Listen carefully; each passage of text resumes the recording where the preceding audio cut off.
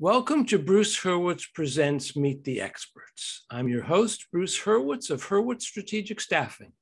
You can find us on the web at hsstaffing.com. I hope you'll consider us for all your staffing, professional writing, and career counseling needs. I'm delighted to be joined today by Cameron A. Bailey Sr. We'll be discussing the end of New Year's resolutions. Meet the Experts is sponsored by P&K CPAs. P&K is a full-service accounting firm. They provide accounting and consulting services to businesses ranging from startups to small and mid-cap companies to nonprofits, as well as high net worth individuals. Contact them today for a free consultation at pk-cpas.com or call them at 973-882-8810. They will be happy to be of service. Cameron, welcome to the show. Hi. I'm delighted you could join us. Thank you for having me. My pleasure. Take a minute or two and introduce yourself to our viewers. My name is Cameron A. Bailey Sr. I'm the founder of the 8 Laws of Mindset. And the 8 Laws of Mindset, let's really definition: the controlling use of one's thoughts, feelings, words, and action towards an end. Thanks. Okay, I think we're going to have a lot to talk about. Now, when you applied to be on the podcast, you gave the title, The End of New Year's Resolutions, and then there's a continuation, and the dawn of the next step. What does this concern? Well, in my life experience, I like to describe the other side of 51, of my being 51 plus years old, is that I've made New Year's resolutions myself, and I know what it's like to make New Year's resolutions, and they've only gone so far to different lengths. So the majority of time, people make resolutions, they don't keep them. Yes. Since I like to focus on business, gyms get a lot of business. In late December, early January, they get all the new memberships, and then the people don't show up, and that's why they're able to operate, because if everybody were to show up, the equipment wouldn't be available. So how do you make a New Year's resolution that you're going to keep? Easy. It's all about taking the next step. And if a person focuses on simply taking the next step and actually take the next step, complete the next step, and then focus again on taking the next step, before they know it, they will have accomplished what they set out to. So it's planning. Yes, it's not just planning, though, it's action, because a New Year's resolution in and of itself is a plan. Well, it's a goal. It's both. You can't have a plan without a goal, and once you have a goal, the next step is to make a plan. But again, the thing is a continuation, to focus on taking the next step, as opposed to just focusing on the end goal and never really taking all the steps to reach the end goal. Well, let's use the most common New Year's resolution. I'm going to lose weight. I'm going to exercise. So you join the gym, and for the first week, you're up bright and early, you get to the gym, you do whatever you do. And then the second week, Mother Nature takes over, and it's snowing, and you're not going outside. It's too cold. You'll do it tomorrow. And tomorrow never comes. Is there a way to provide incentives to get you to do what you promised yourself you were going to do? Yes. In the example that we're using, one has failed to specifically define how much weight they want to lose. And without that definition of a number, then perhaps it is already reached. without even making a move or taking any action. However, if you say that you want to lose, let's say 20 pounds, then once you know that, you're gonna say, okay, I want to lose 1 pound a week from exercising. Mhm. So then the exercising and the having the number of 1 pound a week, it does not matter whether you go to the gym or are exercising at home. The goal is to lose 1 pound a week by exercising. So then you exercise to lose the 1 pound, and you describe as far as, okay, these are the type of exercises that I'm going to do. Perhaps it is some abdominal exercises or several different variations of abdominal exercises because they want to have a six-pack or at least less than a barrel, like myself. Yeah, I misunderstood you for a minute. I was thinking you want to lose weight, you want to lose a pound a week, which is logical and I think healthy. I've lost 50 pounds and you lose a pound, 2 pounds a week. That's good. But when you said a six pack, I was thinking, wait a minute. You're losing weight and your incentive to lose the weight is to have a six pack of beer. So that's why I started to laugh. Okay. Now, in your application, you wrote that there was one thing that we all have equally. Yes. What is that one thing? That one thing that we all have is a mind. Most people put the emphasis on that we all have the same 24 hours. And yes, that is true. However, what's more important is that we all have a mind, and it is that we use that mind to determine how we use the 24 hours in a day. Okay. Now, our minds are not, however, all equal. Some people are better at some things than others. Some are more artistic, some are more analytic. I'm glad you say that. See, now that has to do with the use. Remember, our working definition is the control and use of one's thoughts, feelings, words, and action towards an end.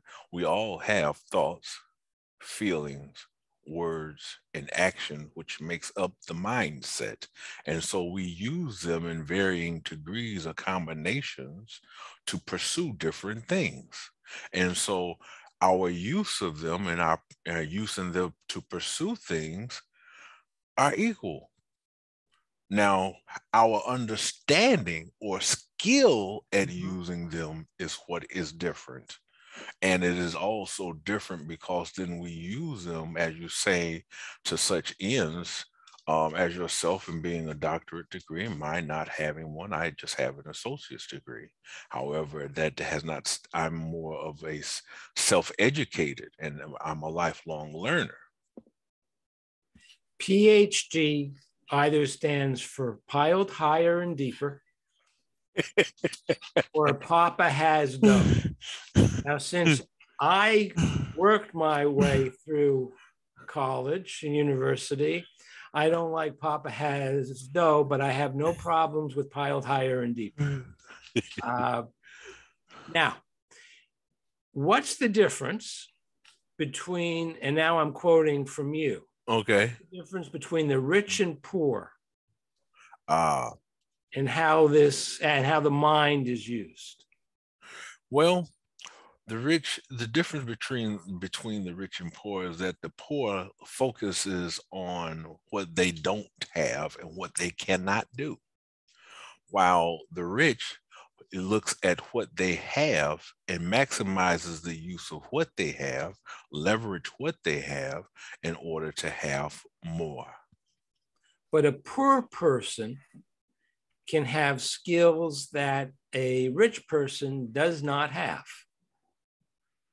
Yes. They have to have the initiative, the incentive, and the environment in which to succeed, because there are plenty of people who are were dirt poor and became very wealthy, or not so very wealthy, but very successful.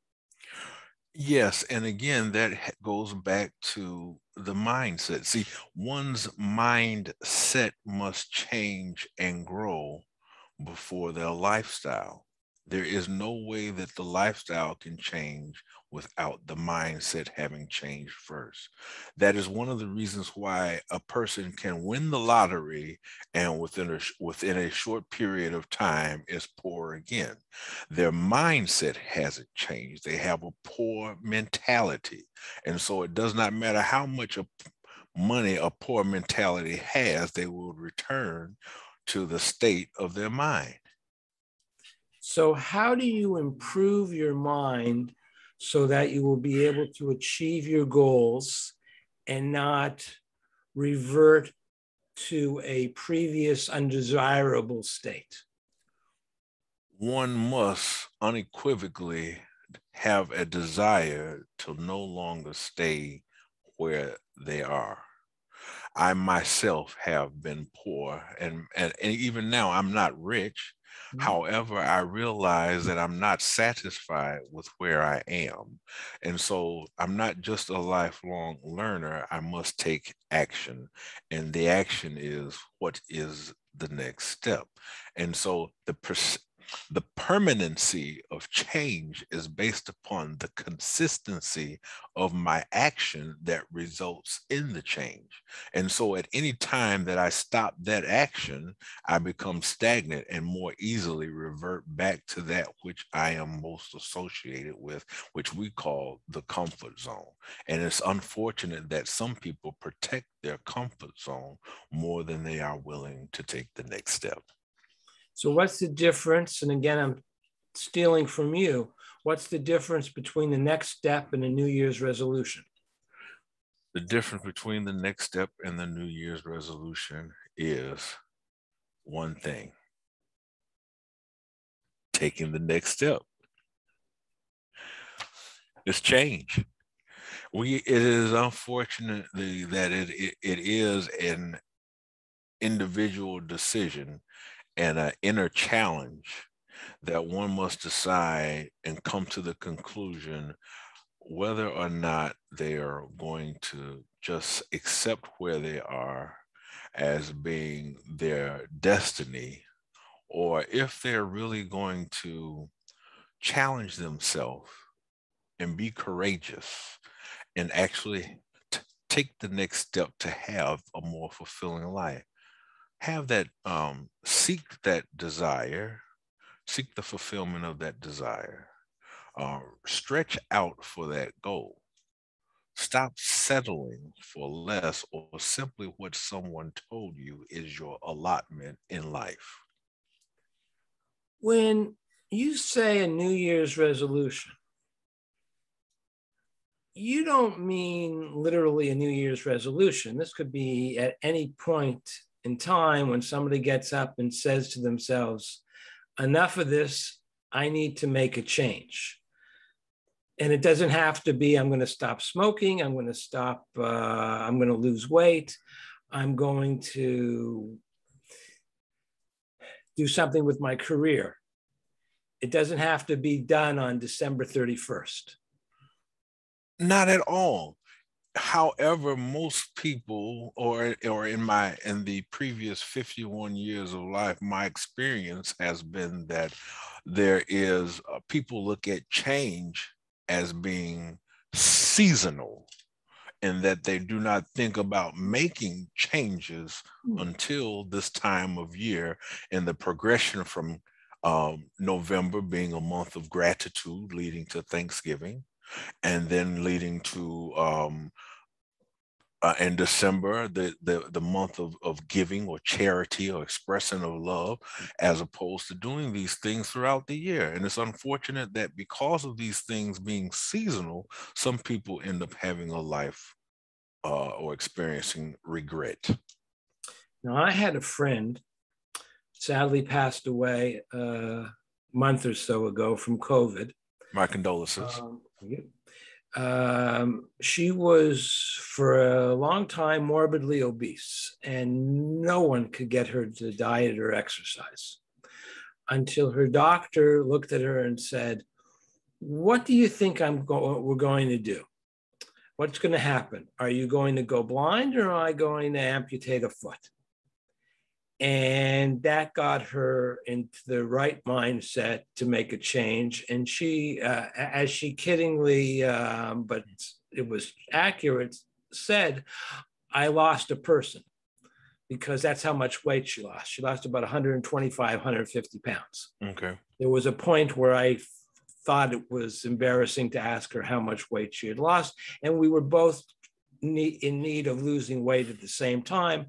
I wasn't in as bad a shape as she was. She probably lost, I lost 50 pounds. She probably lost 150. That was something that her doctor inspired her to do because he scared the living daylights out of her. Okay. Fear can be a powerful emotion. And that's why I use that example.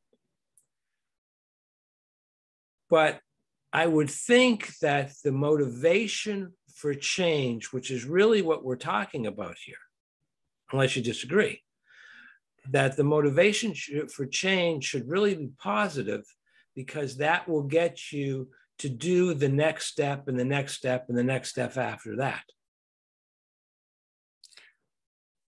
Fear can be a catalyst. No matter what that catalyst is, what happens is still the person's decision. It is unfortunate that dire circumstances in some instances becomes a catalyst for inspiring one to actually take action. However, the choice remained and has been present even before the catalyst has appeared, or even in this particular instance, fear. There's always the choice. It's just a matter of how far we're going to delay or procrastinate until we come across that one thing that we say, wow, no, I can't let that happen. I better change. And that's usually a negative. Unfortunately, yes. It's usually a negative. You haven't mentioned anything about the business you're in. Mention about the business you're in. What, are you a life coach? Actually, no, I'm not a life coach. And it's easy to think that I am. And for the longest time, I have wondered, what is it that I actually do? And the best thing I could say is that I am a mind trainer. Because see, the mind is something that we use no matter what. Even a coach uses the mind to coach a person, but the focus is on the end result, not on the use of the mind. And so without the focus on the use of the mind, they have no idea of the process that's involved in change. And so I focus on the process, because if a person becomes consciously aware of what that process is, then they can use that process and focus on the process and apply the process in any area for any goal, for any desire, to have a more fulfilling life. That's what we really want, is a more fulfilling life, however one may define that. You said something that interests me, and that's changing your mind, your mindset. I have what's called Graves' disease, which is when your thyroid, to use a medical term, goes kaplooey. And my thyroid went kaplooey, and the lasting side effect is that I suffer from double vision. So if I were to take these glasses off, you would look like Picasso, like a Picasso drawing. Okay. And I have yet to meet anyone who is even slightly attractive as a Picasso drawing. Now, I kid about it, but The double vision is vertical. If I take the glasses off and I'm looking at a red car, I will see another red car up above. Okay. Now, I had to get special glasses. I have 3 pairs of glasses. Okay. And they all have what's called a prism. And the prism is what gets rid of the double vision. And after months of double vision, I get the new glasses, and for no reason, just they were there, the optometrist handed me the reading glasses, and I put them on and they worked because I was holding the text that we've all been handed by an optometrist right up, and I could see it all was fine. Then I put on the distance glasses and they weren't working. Everything was still double vision. And I was upset. I was disappointed. I was a bit angry. And they said, give it a day. It still doesn't work. Come back. Okay. So I get home and I'm working and there's no double vision. And I'm saying to myself, yeah, it's possible that they messed up one, but is it really likely that they got one correct and the other incorrect? So I went to the front door and I did this. I took off the glasses. I saw double vision and I put the glasses back on and I said, this should now no longer be double vision. Okay. And I did that over and over again for about an hour at 5-10 minute intervals. And I was surprised but my neighbors didn't call the cops to have me taken away as a crazy person. But I was able to train my mind to set up the neural pathways that they would now accept the fact that when I wear glasses, I don't see double vision. And it worked. And then I got interested in that, in the subject of creating neural pathways. Okay. And what all the authors said was that when you create a habit, then a neural pathway is created. And what you are trying to do becomes second nature. So there are things we do and we don't think about. Yeah. You can tie a tie. I can tie a tie. There aren't a lot of people who I know who can tie a tie, who can tell somebody else how to tie a tie. It's too hard. And I cannot tie a tie on someone if I'm facing them. I have to stand behind them. And by your grin, I think you're in the same situation that I'm in. But it's the habits. So we're running out of time. How do you create a positive habit that will become second nature so that your next step becomes your last step and you now have achieved your New Year's resolution? Understand what the process is that leads to the end. And then focus. One of the ways to do that is, which we already do, is we model. We model people who already know how to do it, or we follow the instructions of those who have the capability and understanding to be able to write it in a sequential order, or even to be able to demonstrate it as you're talking about with the tying of a tie, is to model. So when I've learned that there's quite a few different knots, and I'm a visual learner. And so I'll watch a video on tying a different knot, or some of the more fancier knots. Again, so that's modeling. And I use videos from YouTube for the modeling. Now, what are they modeling? They are modeling the process of tying a particular knot that leads. So they go step by step, and I follow that sequence to reach that specific end. It's a difference between focusing on the end, not being consciously aware of that we're actually following a process. But there is a process to anything and everything. And the easiest way is to find that process, or find that person that knows the process, model it, In modeling it, we are taking the next step. It is the culmination or combination of steps that leads to the end result. Cameron, I'm going to share your contact information so our viewers can see. And I'm going to ask you a final question, which I ask all my guests. Is there anything that I didn't ask you? What was it, and what would the answer have been if I had asked? The question, actually, you did lead to it more specifically. When can I change, or when can I have a more fulfilling life? One can have a more fulfilling life when you take the next step and as you take the successive steps. Thank you. Well, Cameron, I thank you profusely for coming on. You've given our viewers a lot of food for thought. I'm Bruce Hurwitz. Thank you for watching. And as always, please stay focused on success.